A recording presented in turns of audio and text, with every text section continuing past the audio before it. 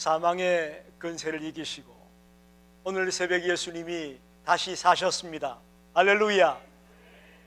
오늘 부활의 주님의 그 승리하심이 저와 여러분 모두에게 함께하게 되기를 간절히 축원합니다.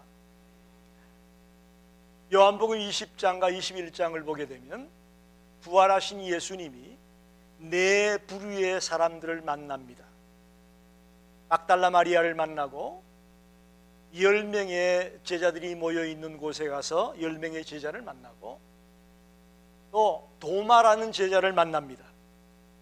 그리고 마지막 네 번째는 베드로를 비롯한 7명의 제자들이 갈릴리 호수에서 고기를 잡고 있을 때에 그곳에 가서 예수님이 만납니다.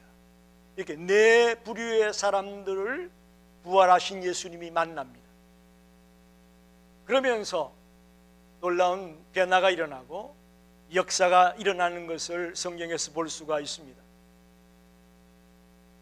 공부가 여기 따라오고 있죠. 그래서 오늘 설교 제목이 부활의 주님을 만나면 어떤 변화가 일어나느냐 하는 겁니다. 오늘 저도 그렇고 여러분도 그렇고 이 험한 세상 속에서 힘들고 어려울 때가 많습니다. 답답한 일을 만날 때가 많습니다. 그랬는데 오늘 이 말씀을 통해서 예수님 당시에 예수님의 부활을 경험한 사람들이 이렇게 변화되었구나.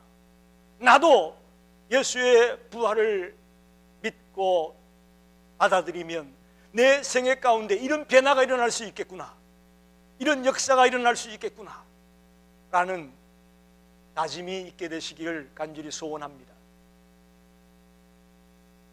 첫째는 막달라 마리아의 이야기입니다. 막달라 마리아가 부활의 주님을 만나고 나서 슬픔에서 기쁨으로 바뀌어졌습니다. 할렐루야. 막달라 마리아는 7 귀신이 들렸던 여인입니다. 귀신이 하나만 들어와도 괴로워 죽겠는데 7 귀신이 들어와서 그야말로 미친 여자로 살았습니다. 정말 삶이 비참했습니다. 그랬던 여인이 예수님을 만나서 고침받고 변화된 삶을 살았습니다. 그랬으니 이 막달라 마리아에게 있어서는 예수님이 전부였어요. 예수님이 삶의 목표고 삶의 전부였습니다. 그런데 그 예수님이 죽었어요. 끝까지 자기 곁에 있을 줄 알았던 예수님이 돌아가셨어요. 그래서 가장 슬퍼하고 가장 눈물을 많이 흘렸던 예수를 따르던 사람 중에 한 사람이 막달라 마리아였을 것이다, 그렇게 봅니다. 여러분 얼마나 슬펐겠습니까?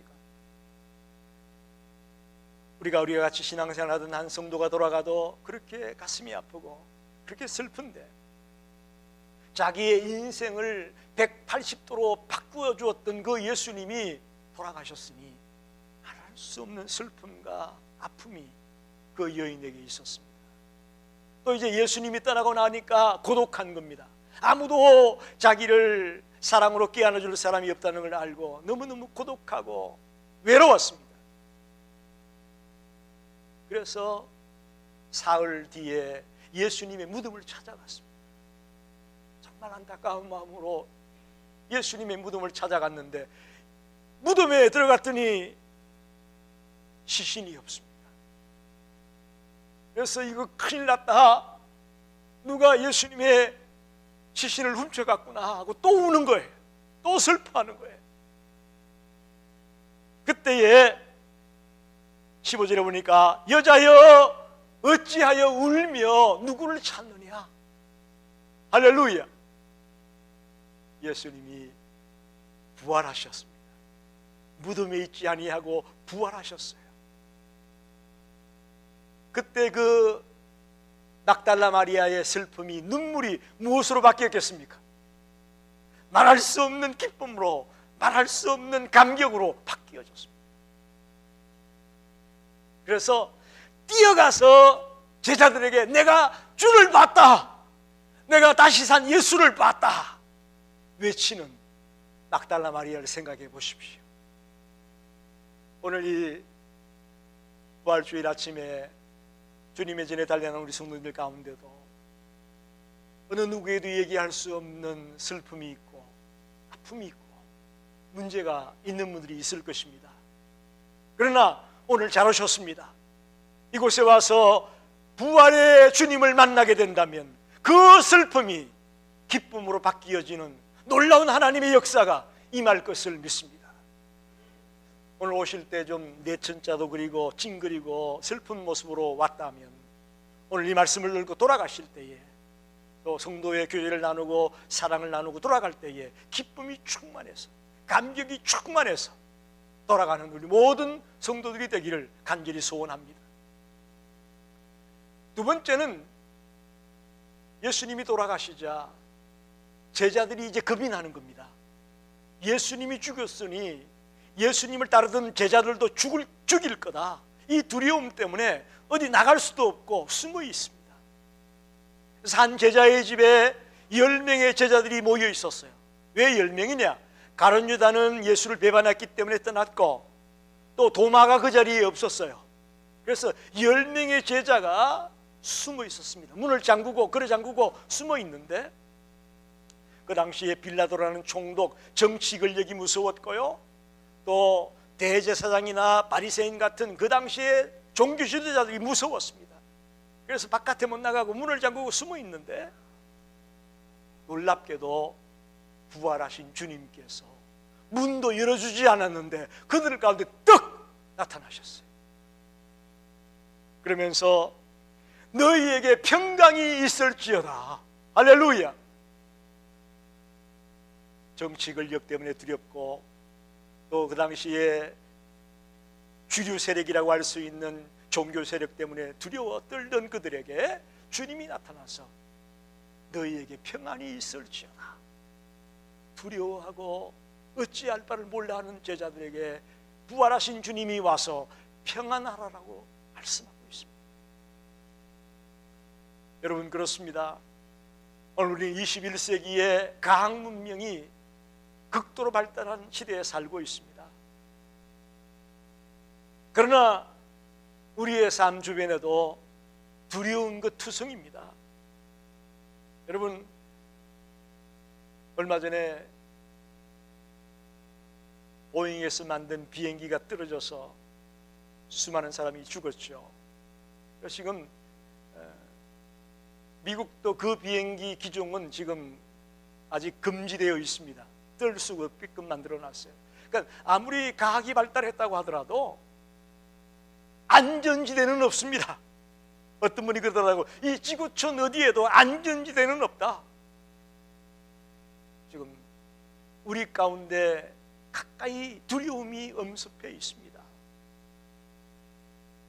가정마다 들어가 보면, 또 사업장에 들어가 보면, 일터에 들어가 보면, 인간관계 속에 들어가 보면 두려움들이 도사리고 있습니다.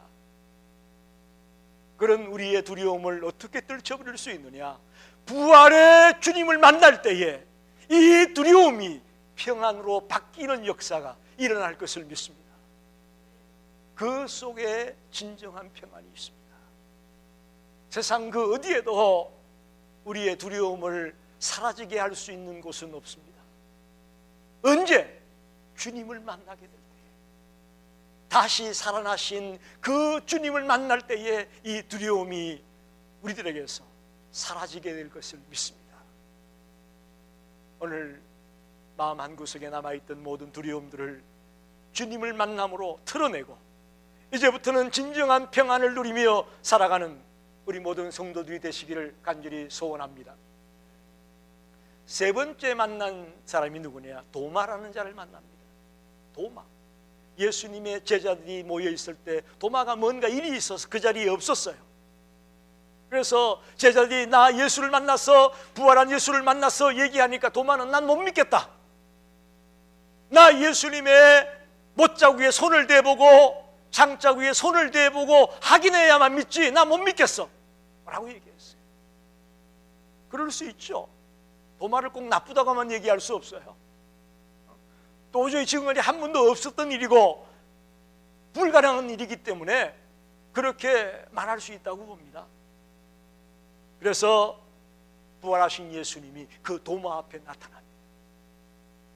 그리고는 제자들에게 했던 말과 똑같이 평안할지어다 라고 말합니다. 여기서 말하는 평안은요, 의심으로 말미암아 불안하던 그 마음이 이제 확신의 마음으로 평안케 되라, 그런 말입니다. 할렐루야. 오늘 교회를 드나들고 믿는다고 하지만 의심을 가지고 있는 분들이 많습니다. 이 의심이 언제 사라질 수 있느냐? 부활의 주님을 만날 때에 사라지는 겁니다. 참 어렵습니다. 이 지구촌에 그 어느 누구도 무덤이 비어있는 사람이 없는데 왜 예수님만 무덤이 비어있냐? 어떻게 예수만 부활했다고 하는 거냐? 나 못 믿겠어 라는 말을 할 수 있습니다. 그러나 여러분, 성경을 통해, 하나님의 말씀을 통해, 또 이 시간 역사하시는 성령님의 역사를 통해 저와 여러분의 이 의심의 구름이 그쳐지고 정말 확신의 마음으로 바뀌어지기를 축원합니다. 이 부활의 신앙이 정립되어질 때에 우리의 신앙이 바르게 정립되는 겁니다. 아무리 다른 거 다 믿는데 나 부활은 못 믿어, 죄송하지만 그건 믿는 게 아닙니다. 기독교 신앙의 핵심이 십자가와 부활입니다. 그 중에서 특별히 이 부활, 이걸 믿을 때에 저와 여러분의 신앙이 완성되어지는 것입니다. 우리 이곳에 모인 모든 성도들에게 당부합니다. 비록 도마처럼 의심하고 믿지 못했던 우리일지라도 오늘 이 예배를 통해 말씀을 듣고 또 부활의 주님을 만나게 되면서 의심의 구름이 다 그쳐져 버리고 확신으로 마음속에 평안이 넘치고 평강이 넘치게 되기를 주의 이름으로 축원합니다. 여러분, 이어령 교수라고 아시죠?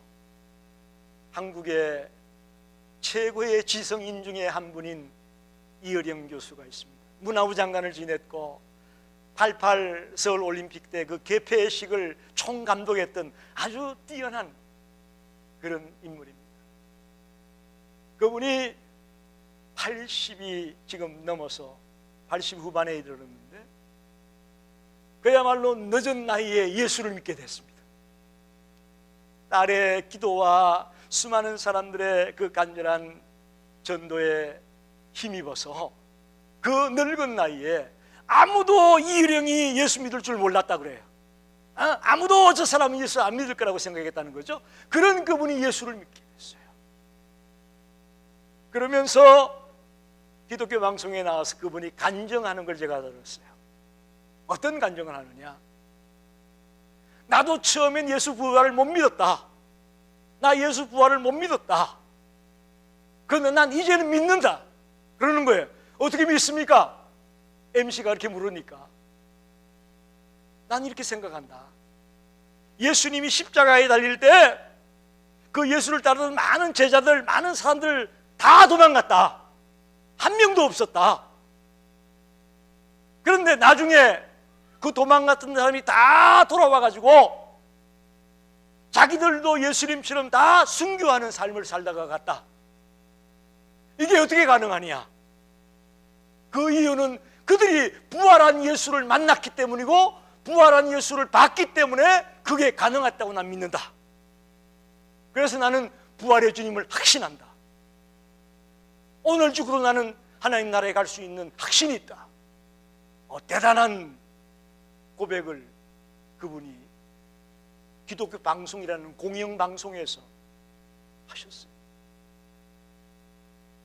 그렇습니다.